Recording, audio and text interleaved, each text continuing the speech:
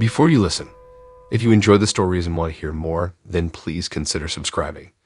Most of you listening aren't subscribed, so please take this time to subscribe. Turn on notifications so you'll never miss a story and be the first to hear. You'll also be supporting me. Thank you.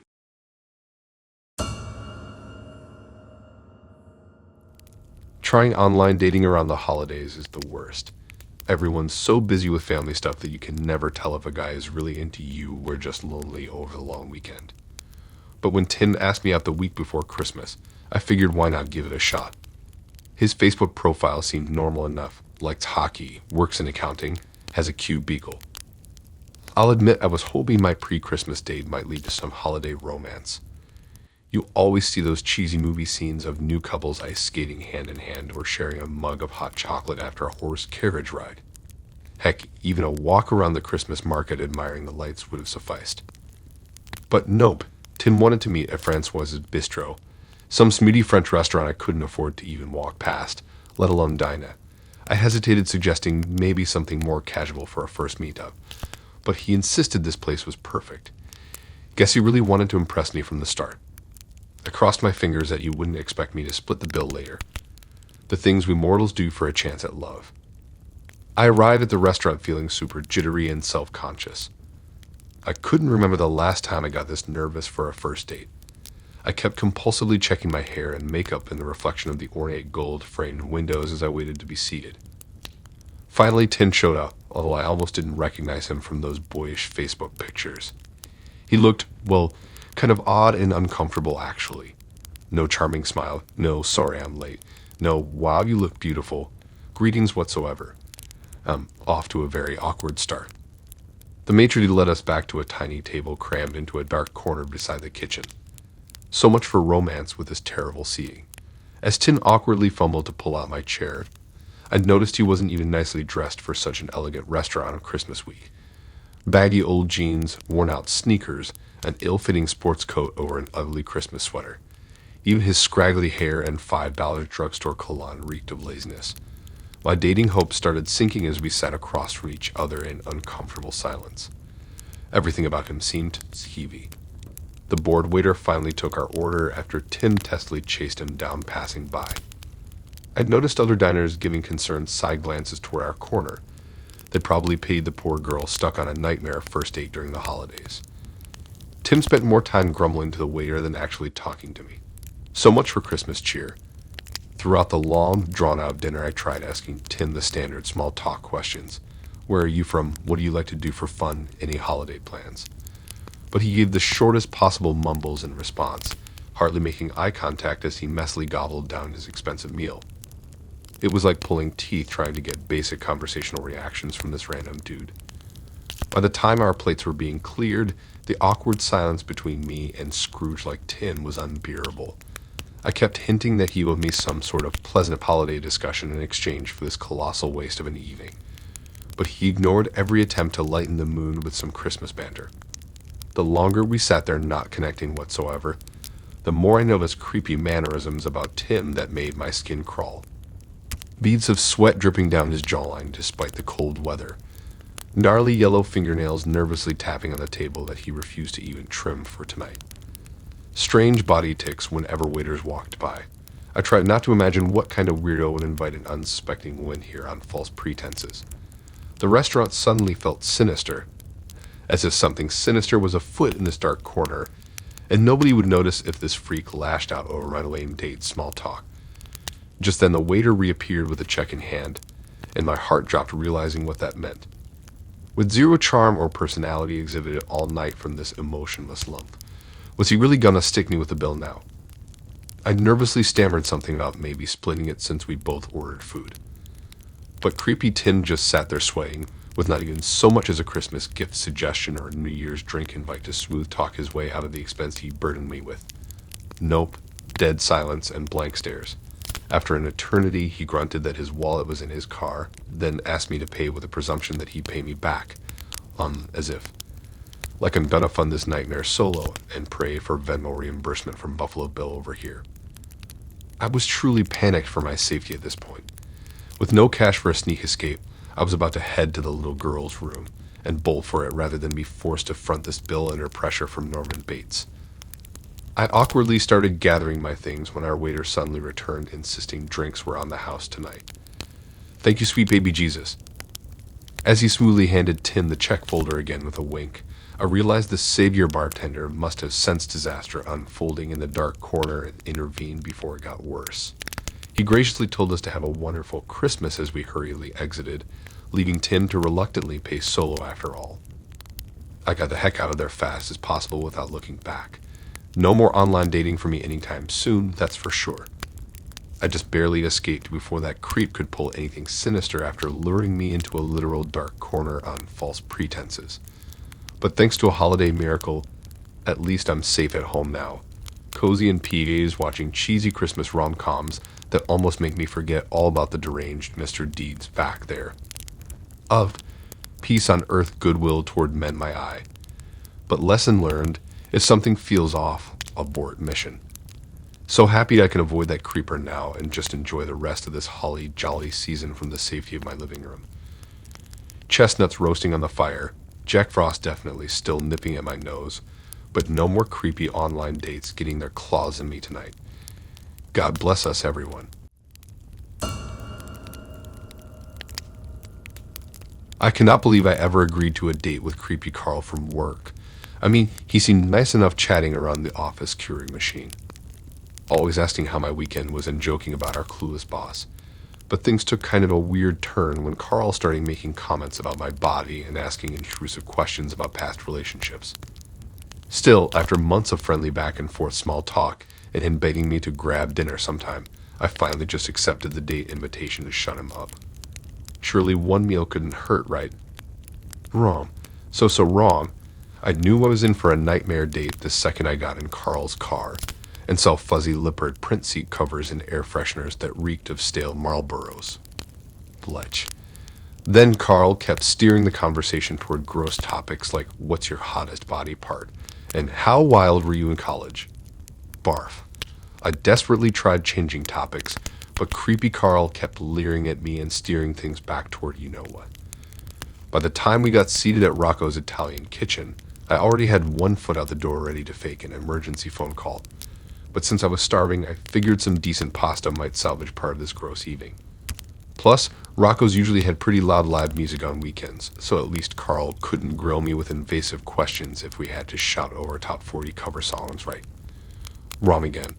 We got stuck at a tiny two-top right next to speakers blasting the band at max volume.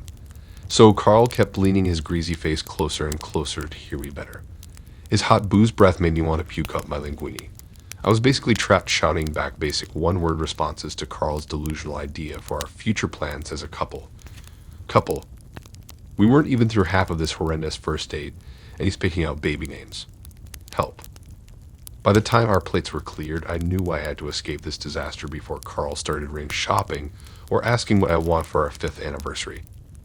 But every time I fake yawned that I was tired and should head home early, Creepy Carl made excuses why I should stick around.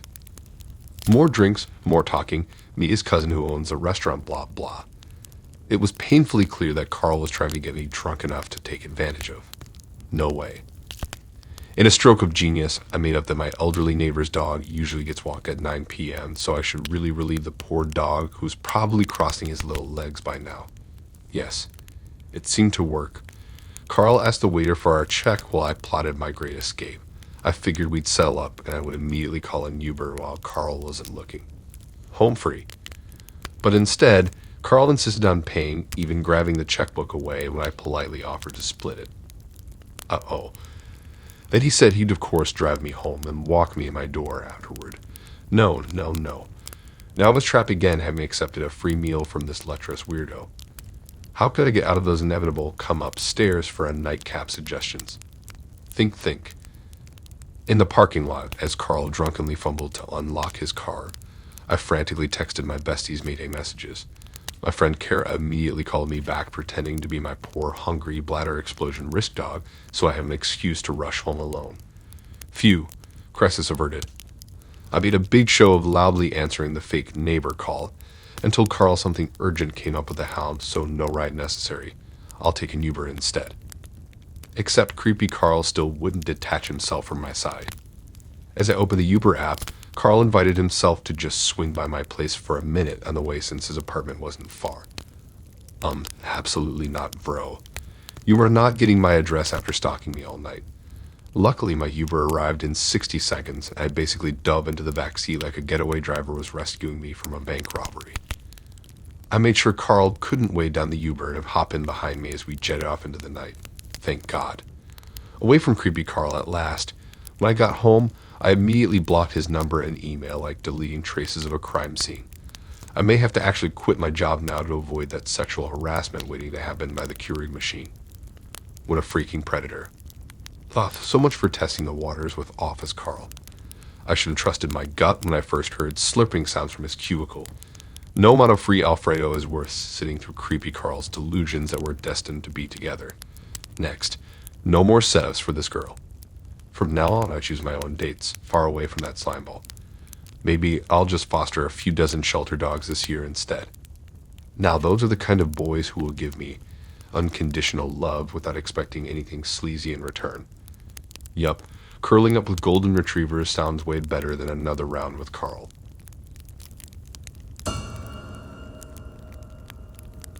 Never thought I'd get catfished in the year 2023, but here we are.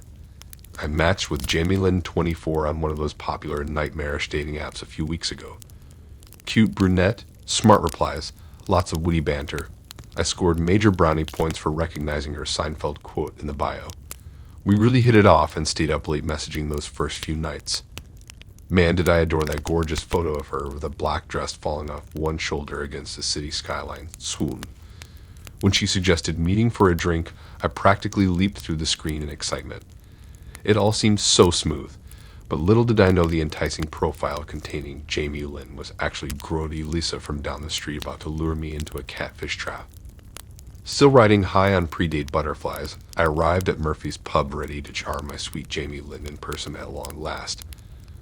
I even practiced witty lines from my favorite romantic comedies for when we first laid eyes on each other in the crowded bar.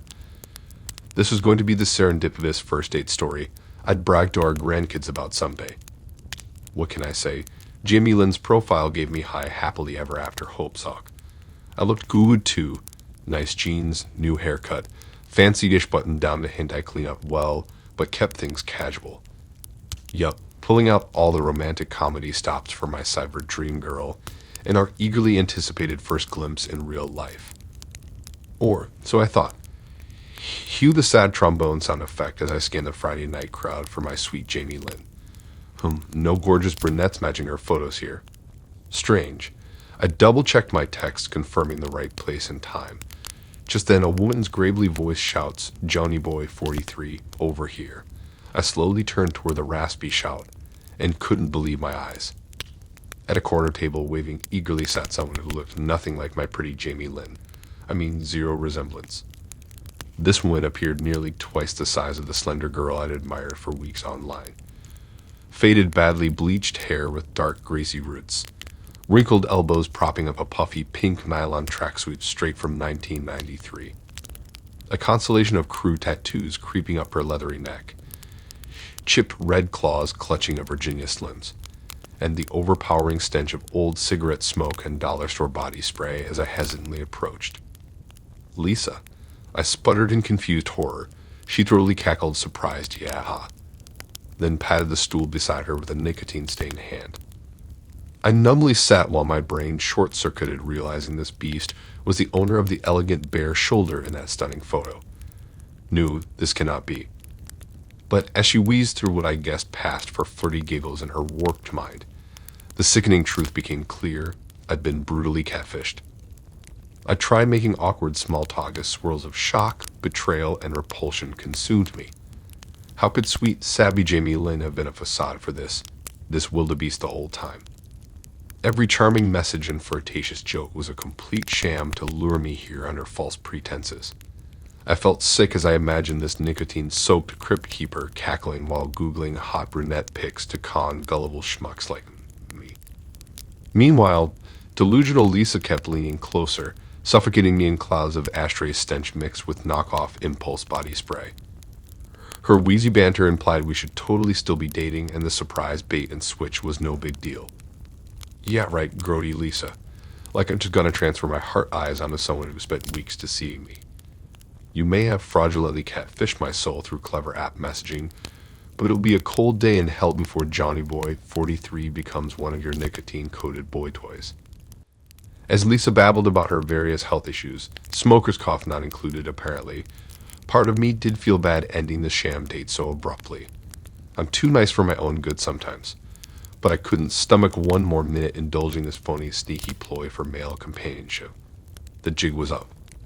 And suddenly all the happy first date fantasies I'd built around Jamie Lynn came crashing down in one catfish-scented tidal wave of pity. I politely cut Lisa off mid-sentence about her bunions, threw some cash on the table, and said I forgot an important obligation across town. She looked bummed but not surprised as I firmly rejected her offer of a smoke for the road. I edged away from Lisa's grasping claws and exited fast as I could without actually sprinting. The frosty winter air felt glorious, cleansing my lungs from that scene of lies and betrayal. I gulped grateful breaths as I hustled towards home, squaring off online dating forever. From now on, I'm sticking to the old-fashioned meet-cutes. No more folly apps. It'll happen when the timing's right. Until then, Johnny Boy 43 is officially retracting his optimistic search for cyber spirit mates. I've already deleted all dating profiles as I try forgetting about Lisa and whoever Jamie Lynn really was. Probably some equally sad and lonely woman desperate for love too, albeit with way better photo editing skills. What a freaking catastrophe. My poor romantic comedy-loving heart needs time recovering from this dramatic plot twist no screenwriter could ever envision. But for now, this leading man is swearing off manipulative casting calls from catfishing villains.